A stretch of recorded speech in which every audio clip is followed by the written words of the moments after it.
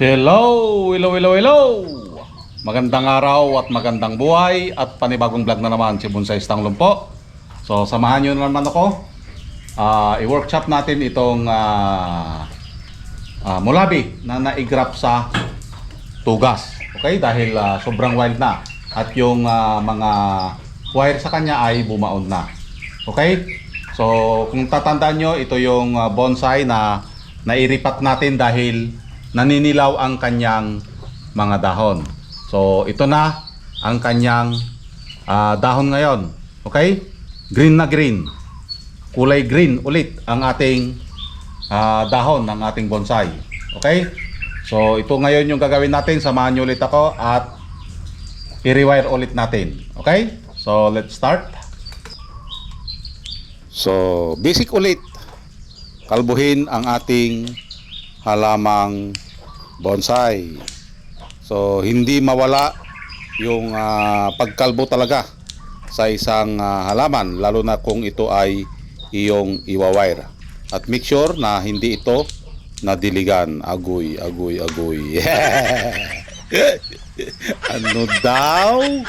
Hindi nadiligan ang ating halamang bonsai para ito ay makunat. Maiwasan natin yung mabalian ng sanga. So nahirapan tayong tanggal ng mga dahon, kaya kamayin na lang natin. Shout out sa mga nagkakamay dyan. Agoy. Katulad yan, no? So mas mabilis kasi kapag ito ay kamayin. So kapag sa bandang dulo hindi na natin magawang kamayin dahil baka mabali, dahil dapat hindi muna tayo magpuputol ng sanga. Yon, kamay pa more. So marami dito ang tumubo na sanga, lalo na sa mga singit-singit. So kailangan nating tanggalin yon, tanggalin yung mga hindi na kailangan para makalarga yung ating iwawire. Dapat nating bantayan yon, yung sanga na nakawire, para hindi ito manghina. Tapos na natin kalbuhin. Okay? So magtatanggal tayo ng wire ngayon. Okay?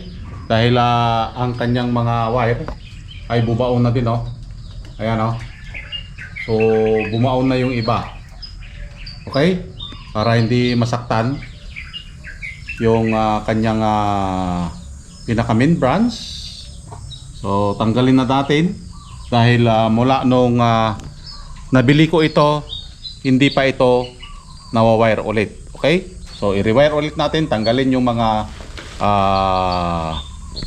wire na bumaon. Agoy, agoy, agoy. Yeah! Buti pa ang bonsai na baunan na naman. Yung kakilala ko wala pa. Okay? So let's start para maumpisan na natin i-wire ulit. Dapat kapag tayo ay nag-unwire or nagtatanggal ng wire ng ating mga sanga, ito ay dahan-dahan, dahil lalong-lalo na kung ito ay bumaon na, dahil nagkakaroon ng lamat. Maaari itong mabali kapag namali tayo ng pagtanggal ng wire. Yan, so dahan-dahan lang para hindi tayo mabalian. Sabi nga nila sa mga nagbobonsai, kapag nabalian ka ng first branch, mas masakit pa sa break up. Agoy, agoy, agoy. Yeah. Yun, tanggal na natin lahat ang kanyang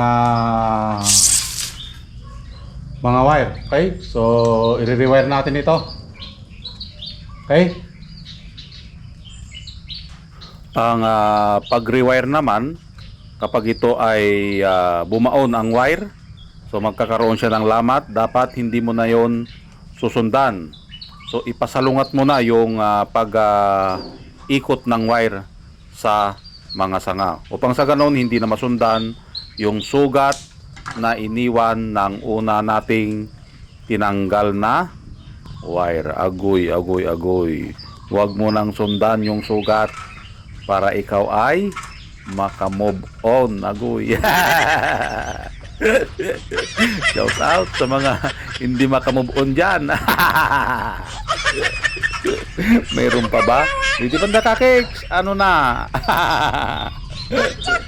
So, pampagood vibes lang tayo para hindi naman boring tignan. Alam ko, nagsasawa na kayo sa mga halos lahat ng aking content ay bonsai. Paulit-ulit na lang yan. Pero nakikita natin yung pagbabago ng mga halaman habang tayo ay nag-update sa kanila. So yan, ikot-ikot lang hanggang sa ma-wire natin lahat. Parang yung ginawa niya, pinaikot-ikot ka lang. Pero sa totoo, hindi ka talaga minahal. Ginamit ka lang niya. Oh, ayun. Kunting bali-bali at malapit na tayong matapos. So i-develop na lang natin dito yung parting taas, yung apex. Kasi nakukulangan pa tayo ng taba ng sanga dito. At the same time, yung parting baba, yung pinaka first branch o lower branch ng ating halamang bonsai. Mayroon din tayong ano dito, pinapatubo pa na sanga. Kasi nakukulangan tayo dito sa back branch. Ayun. So sa parting dyan, nahirapan si bonsai stang lumpo na mag-wire, lalong-lalo na kapag ito ay mataas na. At ito na nga, konting ayos na lang para tayo ay matapos na. So yan guys, natapos na nating i-wire. Ito na yung kanyang kinalabasan. Okay? So kumakapal na ang kanyang mga dahon. Kung mapapansin nyo, pakapal na ng pakapal ito. Okay? Yan. Okay, pakapal na ng pakapal. Yan. So antay lang natin ito na kumapal pa. Okay? At saka ito, nag-grab tayo dito, oh. Ayan, oh. Yun ang ihihilain natin dito papunta dito para masaraduan itong portion na ito. Kasi butas. Oh, butas. Kailangan ito, hilain natin ito papunta dito. Okay? Para masaraduhan. Okay? At saka ito, importante ito. Yan. Mapansin nyo? Ito. Tumubo. At saka ito. Tumubo. Hindi muna natin tinanggal. Palakihin muna natin and then i-grab din ulit natin. Para ito yung magsasara dito sa part. Yan. Ito. Dito. Okay? Lagyan natin ng ano dito? Sanga. Okay? At mayroon tayong mga hindi pinutol dahil palakihin muna natin. Okay? Yun ang mga purpose niyan. Itong mga to, madali lang magputol. Split of seconds, putol na yan. Okay? So ito na yung kanyang kinalabasan. Ikutin natin.